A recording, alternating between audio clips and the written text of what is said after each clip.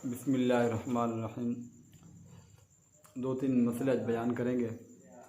पहला मसला ये है कि अगर इंसान को रोज़े की हालत में इत्लाम हो जाता है तो अब आया कि उसका रोज़ा बाकी है या टूट गया है।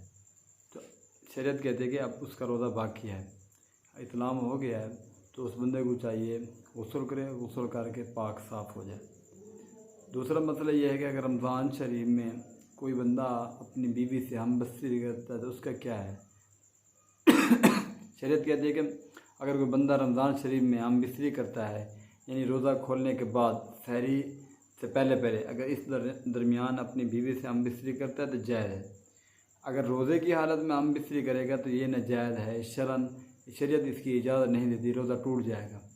हाँ, इस दरमियान यानी रोज़ा खोलने के बाद और सहरी से पहले अगर बंदा हम बिस्तरी करता है तो फिर तो ठीक है, फिर उसके बाद रोज़ा रख ले। तो रोज़े की हालत में अगर वो हम बिस्तरी करता है या ऐसा कोई काम करता है जिससे इत्लाम हो जाता है जानबूझ के, तो उस बंदे का रोज़ा टूट जाएगा।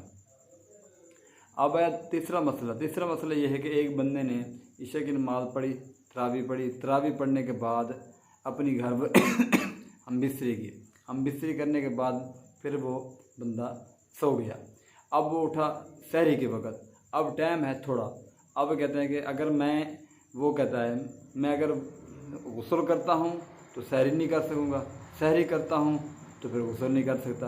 अब इन दोनों सूरतों में यानी गुस्ल करे या सहरी करे तो शरीयत कहती है, आप सल्लल्लाहु अलैहि वसल्लम से सबूत भी है, तो सबसे पहले वो क्या करे, सहरी करे, क्योंकि टाइम ख़त्म हो जाएगा फिर रोज़ा नहीं रख सकेगा। सहरी करे, सहरी करने के बाद अब अगर टाइम बचता है तो नहा ले, नहाने के बाद गुस्ल करने के बाद फिर फ़र्द नमाज पढ़ ले। ये नहीं है कि पहले गुस्ल में लग जाए।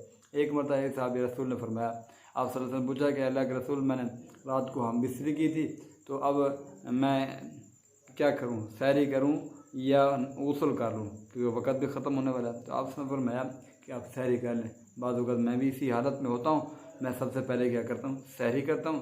वज़ू करने के बाद वज़ू कर लें, सहरी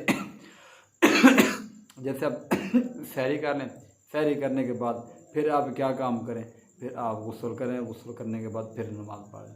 दुआ है कि अल्लाह तबारक व तआला इन तीनों मसलों पर अमल करने की तौफीक अता फरमाए। नंबर 1 कि अगर रोज़े की हालत में इत्लाम हो गया तो बंदे का रोज़ा नहीं टूटेगा, गुस्ल कर ले। नंबर 2, अगर रोज़ा खोलने के बाद सहरी से पहले अगर अपनी बीवी से हम बिस्तरी करता है तो कोई गुनाह नहीं है, कोई हर्ज नहीं है।